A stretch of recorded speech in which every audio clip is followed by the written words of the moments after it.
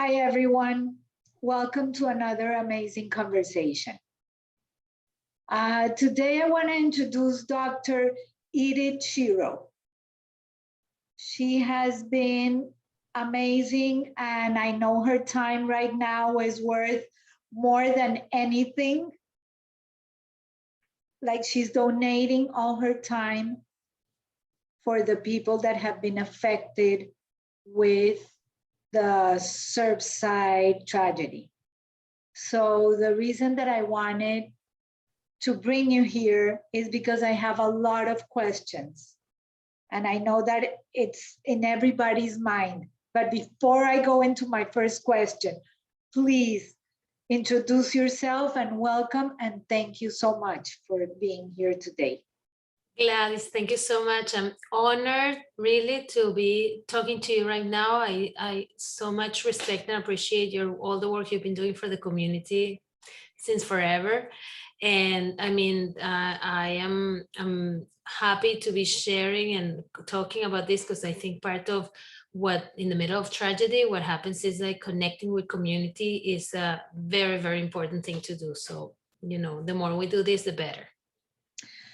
Well, the reason I wanted to talk to you is because when it happened, 2 days after, my grandson came to me and said, one of the girls in my class, her grandparents are there. And at the beginning, I didn't even know how to answer. So we sat, we talked about it, but now that the days are going and it's been slow in the recovery, now we're going into the 13th day and hope is fading. How do we talk to the kids? How do we talk to the families? Yeah. Listen, this is a super important question. And I do want to say that I'm a clinical psychologist. I've been practicing for many years, and trauma is my area of expertise for the last 30 years. This is what I do research in. This is what I've been working on most of my life. And one of the things that I also not only have the professional experience, but also the personal experience of living in New York for many years and going through 9/11. And Gladys, I feel like some of what we're going through now in Surfside, it's a mini 9/11. Yes. So it brings me back. It reminds me a lot of what I went through personally and professionally during that time in New York. One of the things about this trauma is how, you know, it has stages and, you know, it has timing. So how do we talk to families? How do we talk to the children about this? How do we handle it? First of all, everything, we have to understand that everything goes in time. So whatever we talk about now, it's not the same of what we'll talk about in a couple of weeks and in a couple of months and in a couple of years. So with children, I always tell parents, you have to go with the truth. There's not lying and making up stories are not good. Now, do you have to tell the whole truth in all the details and to gory detail and images and graphics? No. We have to be appropriate to each age, but acknowledging, first and foremost, acknowledging the kids' feeling, emotion, this validation of their worry. Do not go jump into assuming how they feel. We as parents, when our kids approach you as a grandmother, you know, when your grandkid says, my friend has a grandparents that are disappear or missing, you say, wow, and how does that make you feel? First question, how does that make you feel? What is that like for you? Because we don't want to assume that we know how the kid is feeling. Because sometimes we jump into conclusions and we want to fix everything and we want to give them solutions and everything. That's not helpful because we're missing the point. Then we go and explain and we say, yeah, this is a very difficult time. We do talk about the truth. And we say, yes, I am. You can share how you feel also because it normalizes the experience, which is the second thing. All this like sadness or fear or anxiety or worry, it's normal. This is what we're supposed to feel when a tragedy happens, when the loss happens, when there's some difficult moment. So We normalize the experience by telling the kids, it's normal to feel worried. It's normal to feel sad about your friend. It's normal to want to have questions. I feel like that too. This is what we do. And the third thing is to give the kids an understanding, like first and foremost, this is not something that happens every day, that this is an exception. This is something that it's, that it's unique, that it's, something that is not part of everyday life, and that there are solutions to this. We don't have to say, no, everything is good and everything is great, but we install in the children hope. And we make, we make them explicitly understand that there is hope, there is a light at the end of the tunnel, that we as adults believe in that, and that we're here for them to work with them in this process, because they want to feel like they're not alone, they're not isolated in these feelings. But I get it. What if the family does not feel the hope? I understand that. That's what happens at first. Yes. That's the family is now feeling insecure. We are all living in condominiums. So yeah, but I'm not talking. Wait, but I'm not talking about hope, that the hope of people are going to be alive or anything like that. What I'm talking about, yes, we have the strength to overcome whatever feelings we have.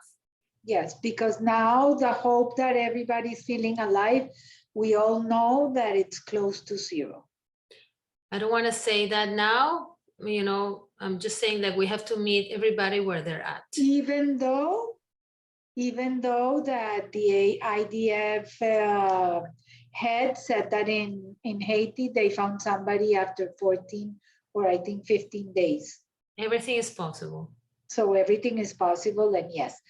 But there's some of the families that they're not feeling any hope. They don't know how to talk to their kids, because for them, it's very hard as well. Yes, as adults, we have to take some space and ask for some support before we sit down with our children, because there's no use in us having all this anxiety and not being able to, and putting all that anxiety in our children, and projecting all of that. So somehow as adults, being able to say, okay, let me connect with myself and see what are my answers? How am I dealing with this?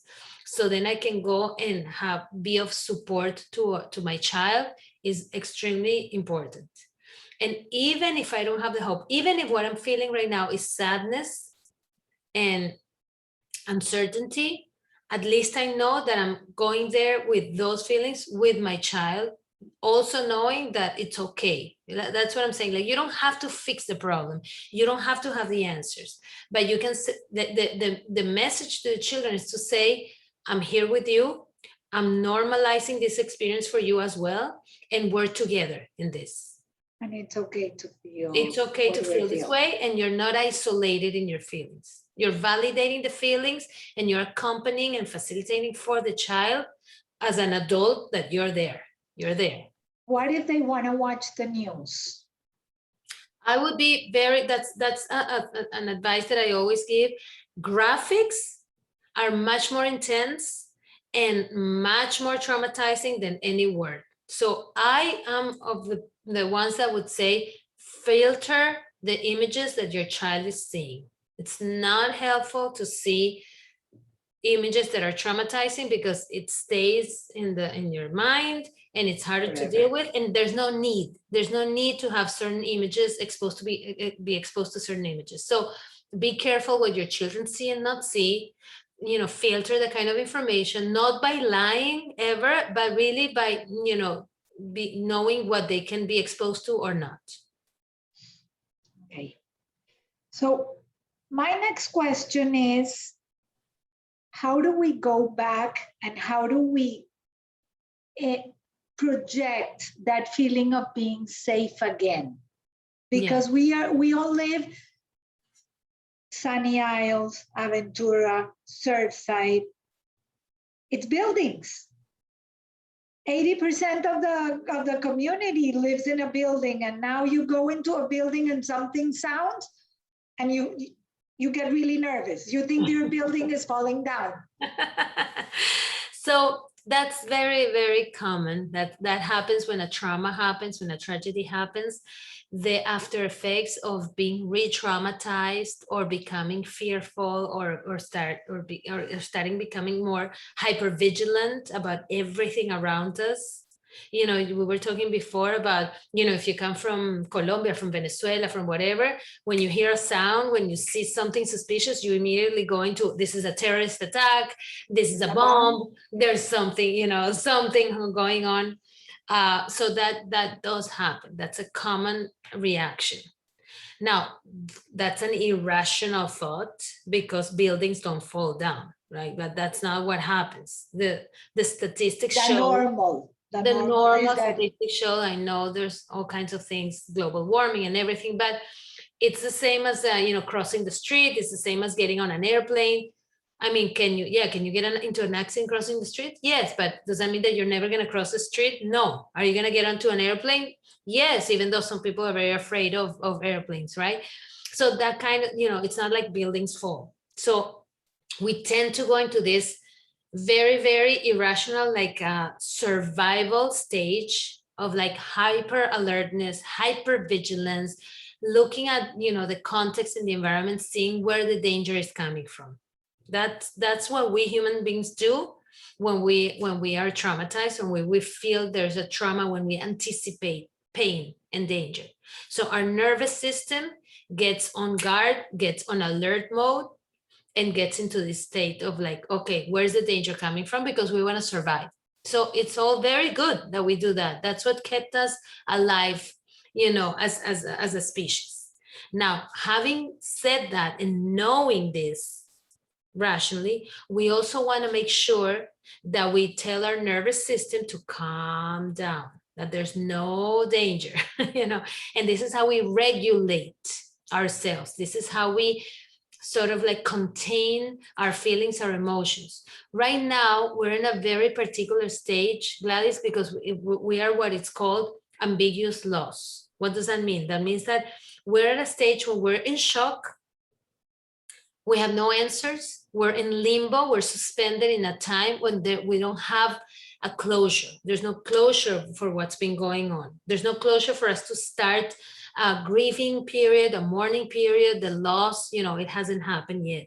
And that's the most difficult stage of loss that we can be in. So I understand the level of anxiety and the level of fear and the level of trauma that we're in right now. Hopefully we'll have some closure, and hopefully my hope is that every single family has that kind of closure and that opportunity, and we as a community do too, because then, you know, we can enter the stage of accepting, you know, what has happened and go into the stages of loss and grief. And that's where we can begin to regulate our feelings and say, okay, there's no danger, you know, we can start calming down, we can start reaching out to each other in some way of like creating safety, creating connection, creating a sense of like going back into some sort of routine and some sort of like ordinary life. Easier said than done. Absolutely. That's why I'm saying this takes time. This easier said than done, because, for example, and I did these conversations 2 weeks ago with my cousins that were actually in the building, but they were able to get out. And not only, yes, they have been traumatized, but for example, their daughter that was not there, now she doesn't want her mother to go anywhere. So it's like the other part, not only them, but the people around them. Definitely. Like a phone call that drops now, everybody goes, okay, please call me back. Those are the little things that are affecting a lot of people right now. Absolutely. These are like concentric circles, you know, that's why it's like a systemic experience. That's why this is a collective trauma. This is not something that happened to an individual. This is something that has happened to a collective, and it affects in circles, like the families of the victim, the survivors, like your cousins, the families of the survivors, the community at large, the society, the country, the culture. It really goes in in circles, and it affects all of us at different levels. That's why, for the more reason, like that sense of like beginning to have safe spaces and connecting with each other is very, very important, because this is how we co-regulate each other. This is how we say, it's okay. I mean, I feel your fear, I feel your anxiety, and I am too, but let's support each other. Let's see what resources we have. Let's do something together, sometimes maybe to disconnect or something. If you need me to call you, I will call you. If you want to go out with me, or for now, we're not going to go anywhere because we need a few weeks of like calming down. This is going to pass. This is, we're in the initial stages of the shock and the trauma. This will pass. It takes some time and some work, but this will enter us another stage eventually. I know it's easier said than done, but we do. No, but I get it. What are the symptoms that the families need to look for? Yeah. So that they can ask for help? Because I know that a lot of people can tell you, no, I'm okay. And they think that they are okay. But what can we look for before we really say, okay, you really need help, please? Right.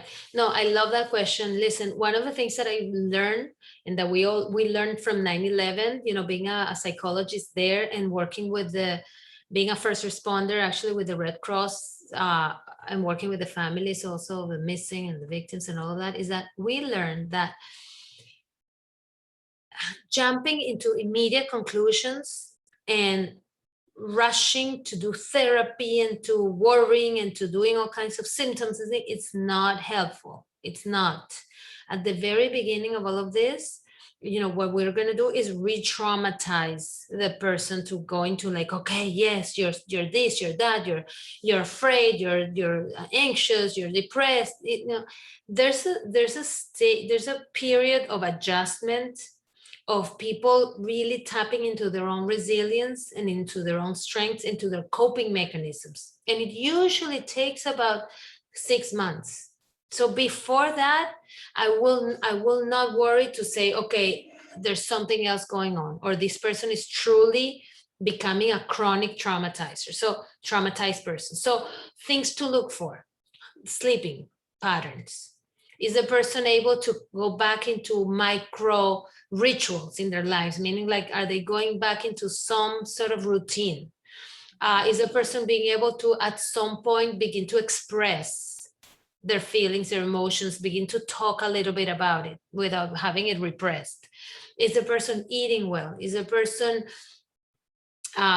having different moods, like sometimes happy, sometimes sad, sometimes crying, sometimes laughing, like the whole range of emotions, and not just one, sort of like constantly laughing or constantly crying? Is a person able to relate to others, like open up to engage in relationships again? And I'm not talking now, a week from today, or 2 weeks or 3 weeks. I'm talking in 6 months. Because there's a natural recovery that we all have as individuals, as a community, as families, that we will get there.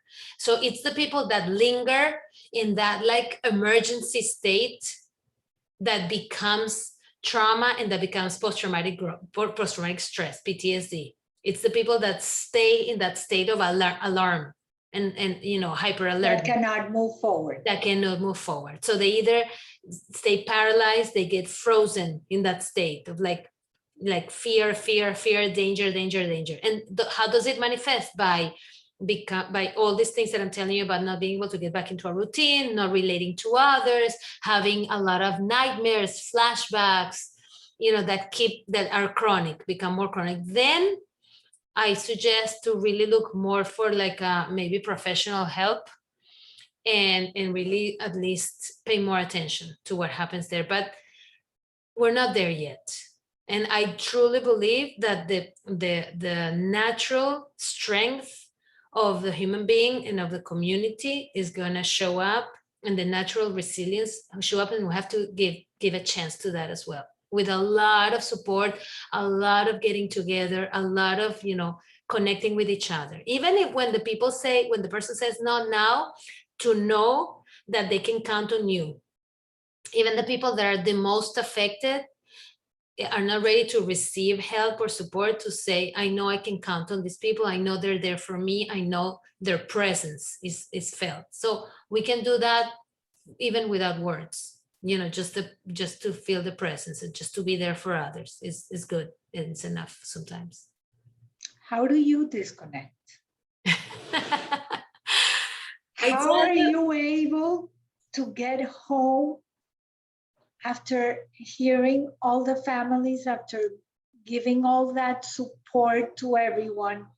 How are you able to continue and disconnect? thank you. No, listen, I am the first advocate for self-care. Number one, I've been talking about self-care since day one with all my therapists and all the groups and everybody, because I've been through this, I've done this many times. I will not be able to function and help others if I don't take care of myself. So what I do is I make sure that I have a lot of support around. So I have my team of like other therapists that have been with me in New York, that we have gone through this together. We share a lot. I talk a lot.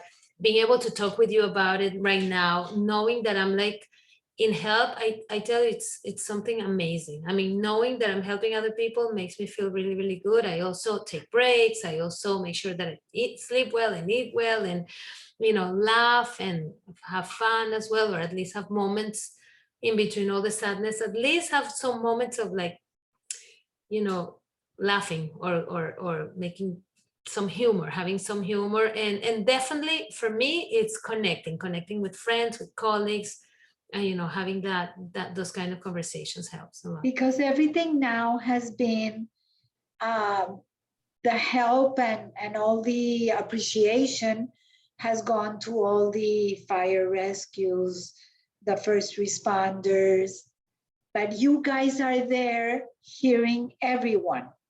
So how can we as a community help you?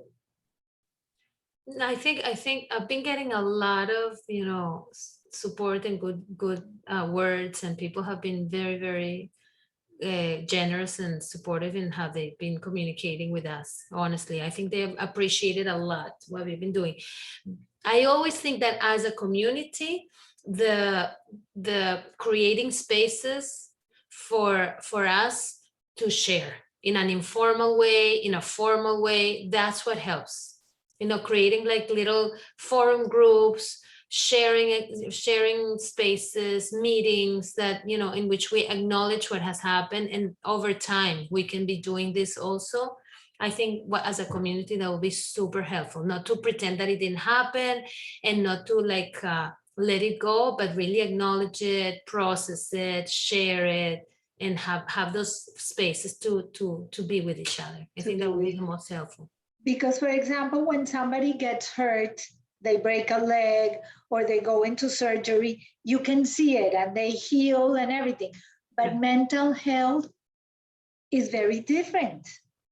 Right. And the So we're learning, and I think the pandemic has brought this to the forefront finally, how important mental health is and how important psychological well-being is. And we know that you can't separate the physical from the emotional, from the psychological. It's all the same, you know. Yeah, but we're learning. But wait a second, because I would love your feedback before we run out of time. With the tennis player, with Osaka, that she was not able to do a press conference. Mhm. She was not only fined, but she was so pressured that she had to quit the whole tournament. Mhm. But if, for example, she had broken her arm, that would have been excused. Okay, you broke your arm, go to the hospital, put a cast on, and you're out for 1 month, 2 months. But emotionally, that's not acceptable. True, but that's an example of how controversial was that we haven't gotten there yet 100%, but the fact that we even are talking about it and people are recognizing that this is an issue is already much more than what it was in the past. The fact that she has the freedom to express how she feels, the fact that it's validated that there's a whole group of people that are supporting her, that this is a conversation and a dialogue that we're having publicly already is a good sign. Meaning, like, you know, there's an acknowledgement that this is happening. Yes, not a lot of people recognize it, but a lot of people are, you know, so I feel like the more and more this is going to come up, and more is going to be part of our culture. Hopefully, that's my hope. And I'm working very hard to make that happen, that I can tell you. No, that totally should be, it's like one of the priorities. So before we leave, and you just said that to create spaces, because a lot of people have asked me that when am I doing the next Power of the Heels event? But I feel I can't because of everything that happened and getting together. I feel like I'm being irrespectful in some sense. That if I bring people together and we get together, it's like not right. No, it's the opposite, Gladys. It's the opposite. You bring people together and you acknowledge what's happening. You don't pretend that it didn't. You bring it into the conversation. It doesn't have to be about that, but you bring it as part of the conversation. The getting together, it's one of the most important things because trauma isolates. Trauma and tragedy isolates the human being, isolates the person, because every person feels like their fears and their feelings and their pain is only theirs. And when they begin to see that others are going through the same thing, or that they hear other people talking, like, you know, there's a sense of belonging that is crucial to heal. And that's something we need to do. Thank you. Thank you, thank you, thank you for everything that you're doing for the whole community. Please let us know if somebody needs to contact you. Absolutely. I know that you can stretch so much because the day has so many hours. There are so many hours in the day and you cannot stretch them out. But if anybody needs you, please, can you tell us where can they contact you? Yes, I mean, I do, but just so you know, I have a lot of people working like me. It's not me alone. It's me with a lot of other people that are doing the same thing that I'm doing. Please contact me at my Instagram, which is at Dr. Dr. Edith Shiro. So dr.edithshiro, or my website, www.dredithshiro.com. Those are the two best places to connect with me, and I'm here, and you know, anybody wants to help and collaborate, I'm always open. Thank you. Thank you. Thank you. Thank you. Stay safe and be well. Amen. Bye, everyone.